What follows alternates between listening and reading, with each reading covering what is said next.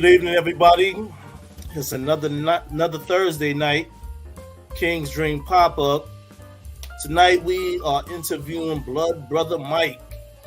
How's it going, brother? All is well, brother. How about yourself? Hey, just happy to be here. Another day, another dollar. Indeed. Is it $1? It might be 50 cents now. I ain't sure no more. Hey, brother, it might be a nickel for your thoughts. I mean, forget the penny. Yeah. We're in a different era right now. A nickel. Right. You know what I mean? What's good, man? Why don't you let everybody out there in Poetry Corner land know exactly who you are, what you got going on out here, and who it is to be Blood Brother Mike. Okay. Once again, I am Blood Brother Mike. I'm originally from Washington, D.C. I currently live in Delaware. I've been a poet on the professional side of things for like 3 years. Prior to that, I just been dibble-dabbling around a little bit. I do poetry. I do photography. I do some music production, video production as well. And that's it for that. I'm also a published author. I have a book called The Passionate Thoughts of a Blood Brother, which is available on Amazon. I'm also an IG host. I host 2 shows on IG. I host my own show, which is called Roast from the Grill, which comes on every Monday, Wednesdays, and Friday at 11 a.m. Eastern Standard Time. Then I also do a open mic for the Ain't Right Tribe, which is on IG on Tuesdays at 1 p.m. Eastern Standard Time. Okay, that's what's up. That's what's up. So, when did you first start getting into poetry? Poetry originally grabbed me got my attention, I should say, as a young man, as a little boy in church. A young lady in church by the name of Jerry Washington. They used to always call her up front to do openings for welcome address and stuff like that, and she always off the top stuff, man. And I was like, wow, how'd she do that?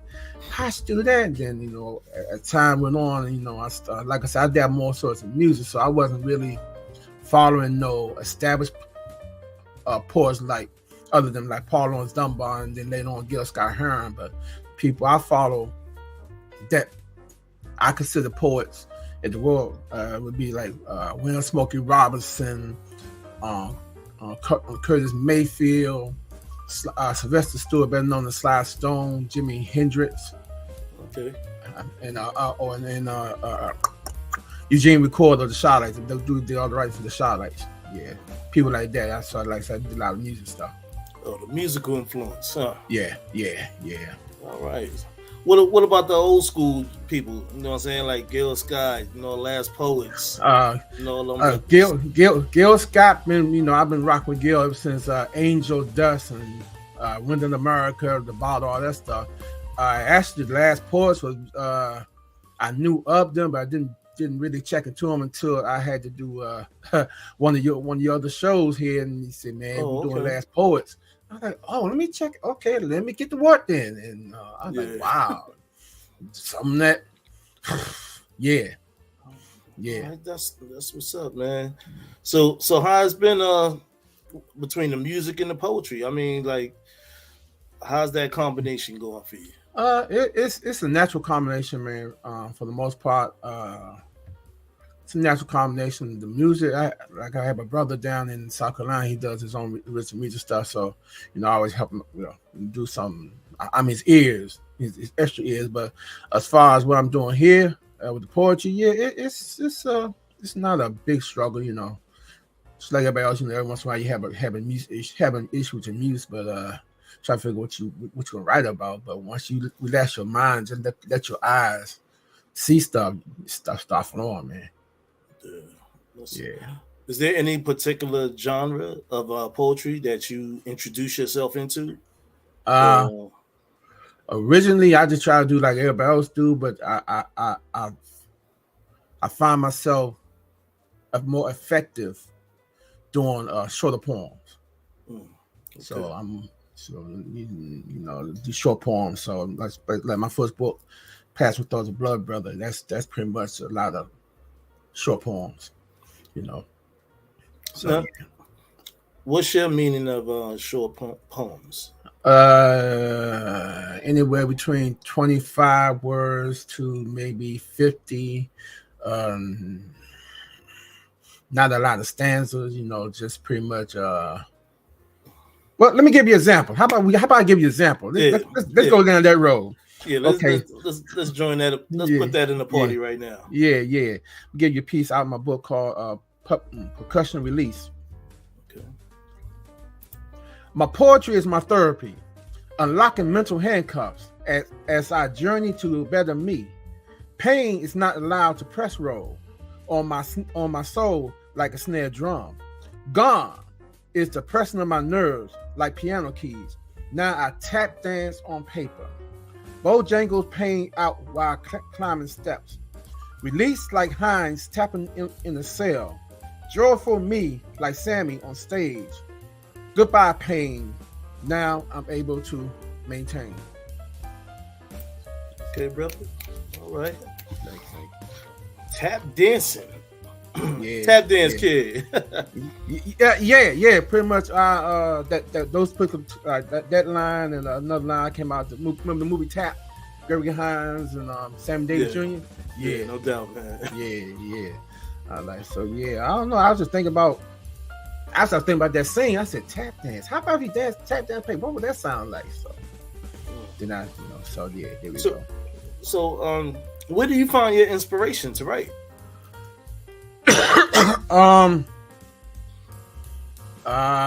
Different things, man. Tragedy, unfortunately. Death. I had some recent deaths or some monumental deaths in my family.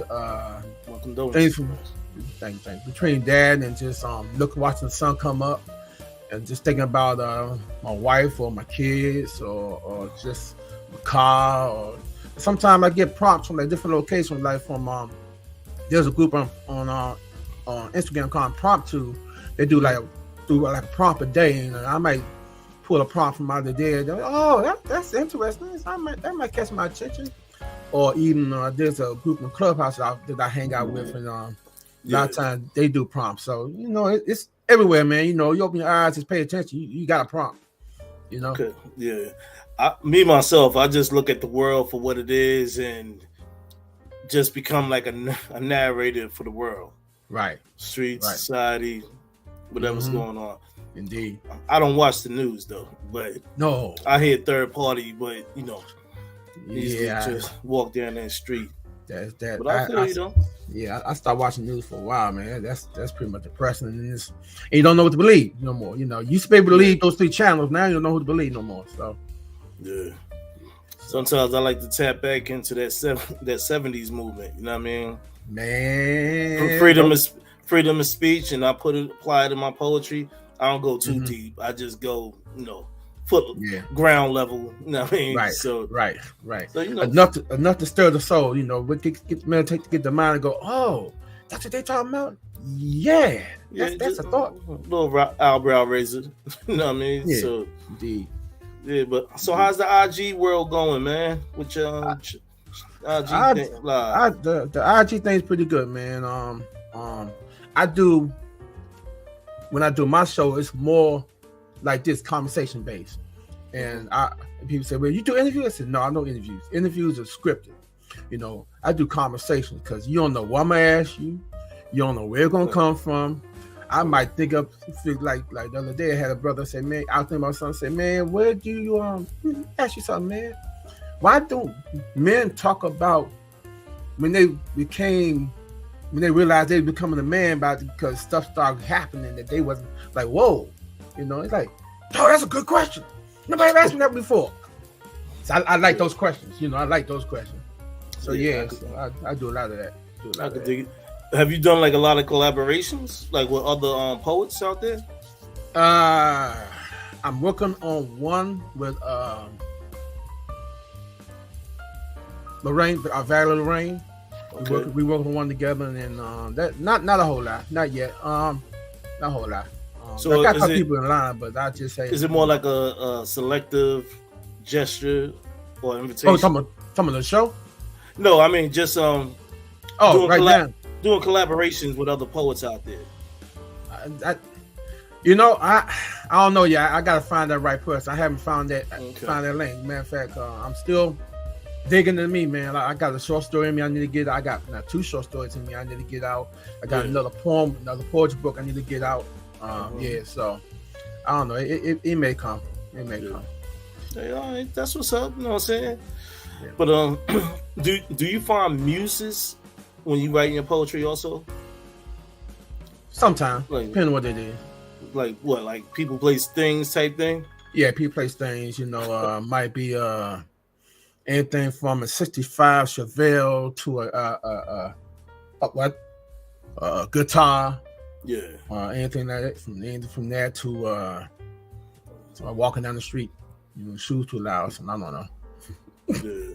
So let me ask a question. I might have asked you this before, but I can't remember. We be doing all these shows.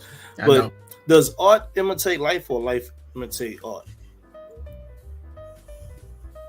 That's a good question. Art imitate life. Let me say art imitate life because without the movement of life, there is nothing for art to catch. Yeah, so I mean the clouds moving, but if you don't know the clouds, you can't recognize the clouds moving, then you know there's no art. Well, really no perfect answer, but yeah, right. You know, yeah, really, matter of fact, like opinion based. You know what I mean? That's all it is, you know. But yeah, that's my opinion, you know.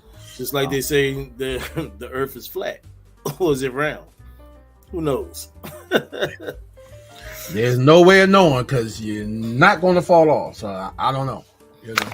And my question too is with poetry, right? Mm-hmm. How do you feel about music on poetry or just a cappella? It depends on the person, on the artist. You know, some people can flow with the music, and it's like unity.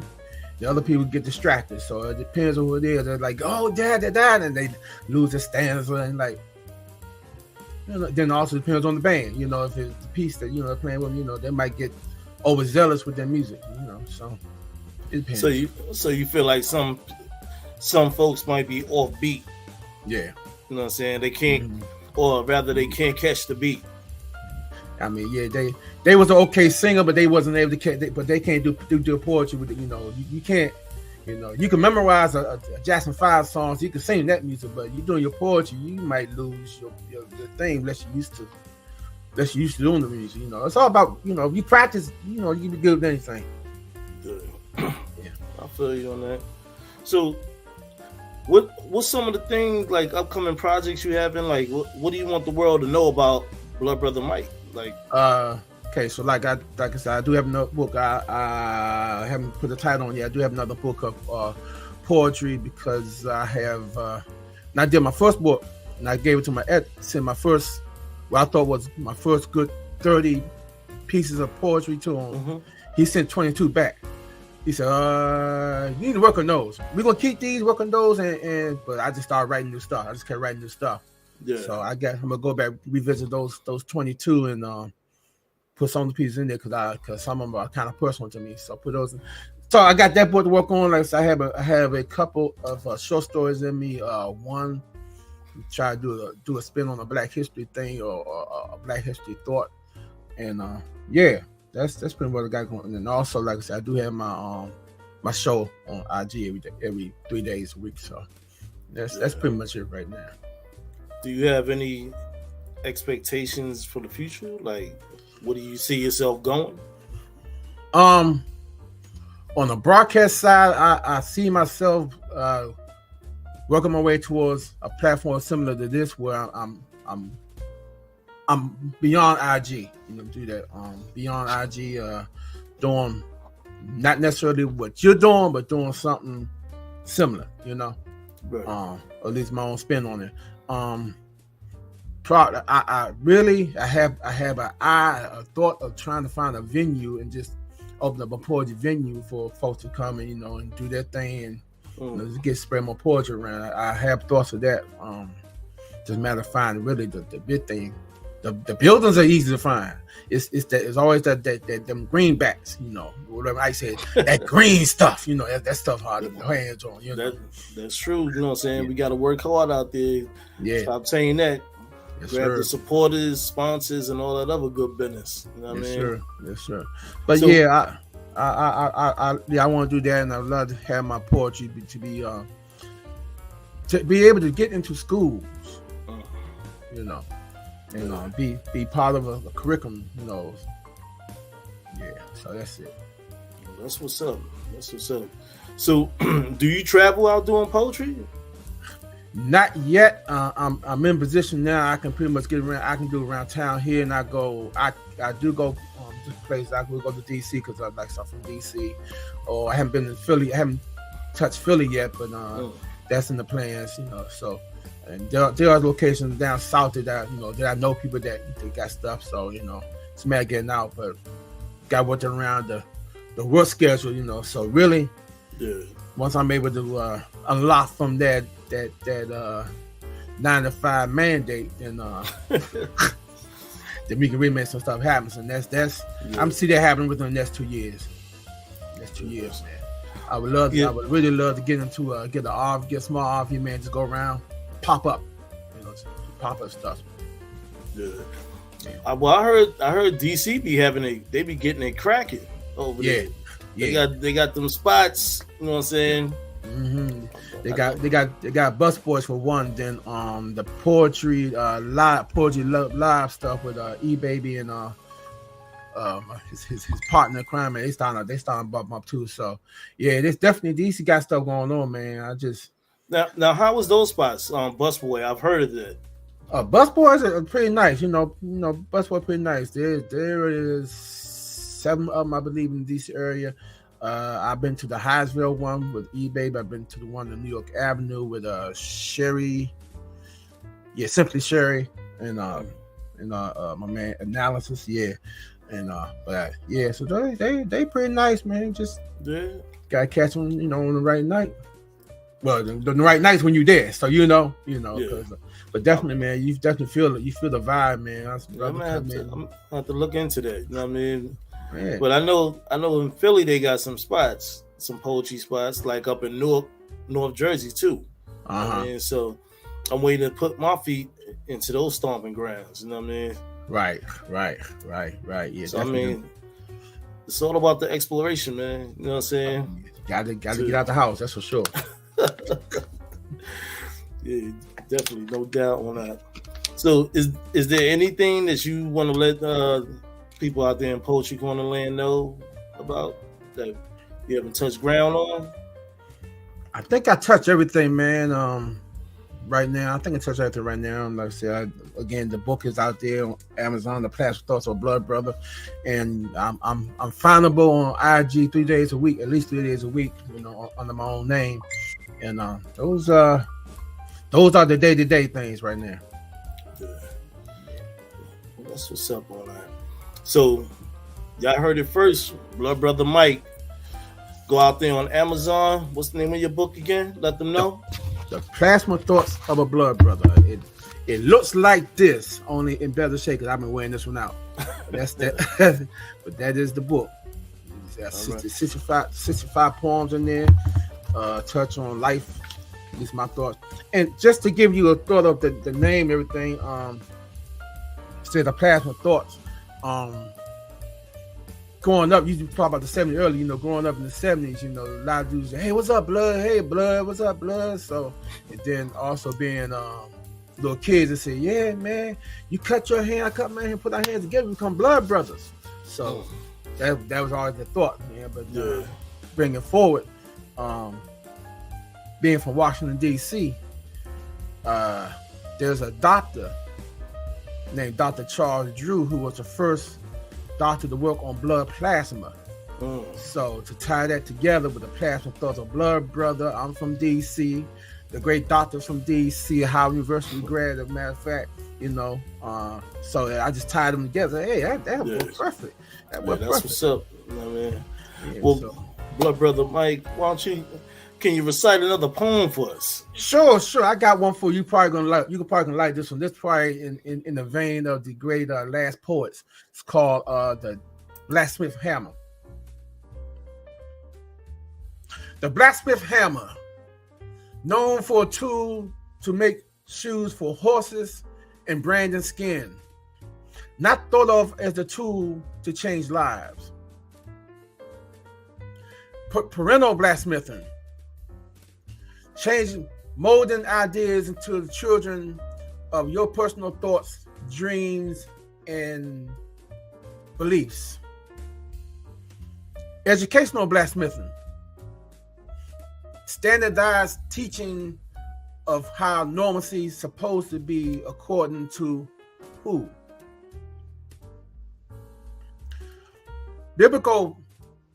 Religious blacksmithing, the Bible, the Quran, Buddha, all these things used to direct you into a way of thinking religiously.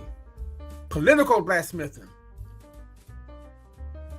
changing the minds of cities, countries, and the world into your way of thinking. All of these things are blacksmithing tools, but I ask you, which is your favorite tool to use?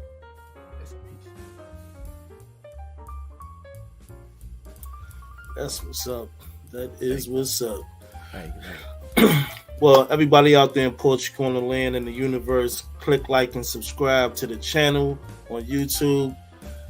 Let's build up these subscriptions and pass the word on to everybody so you can get the notifications and we get it out there to the world. There's a lot more things going on, so y'all just stay tuned for all of that. Well, Blood Brother Mike, I'd like to thank you for showing up tonight and blessing us with your presence. No problem. You know what I mean? Always honor, brother. Always honor. Appreciate that.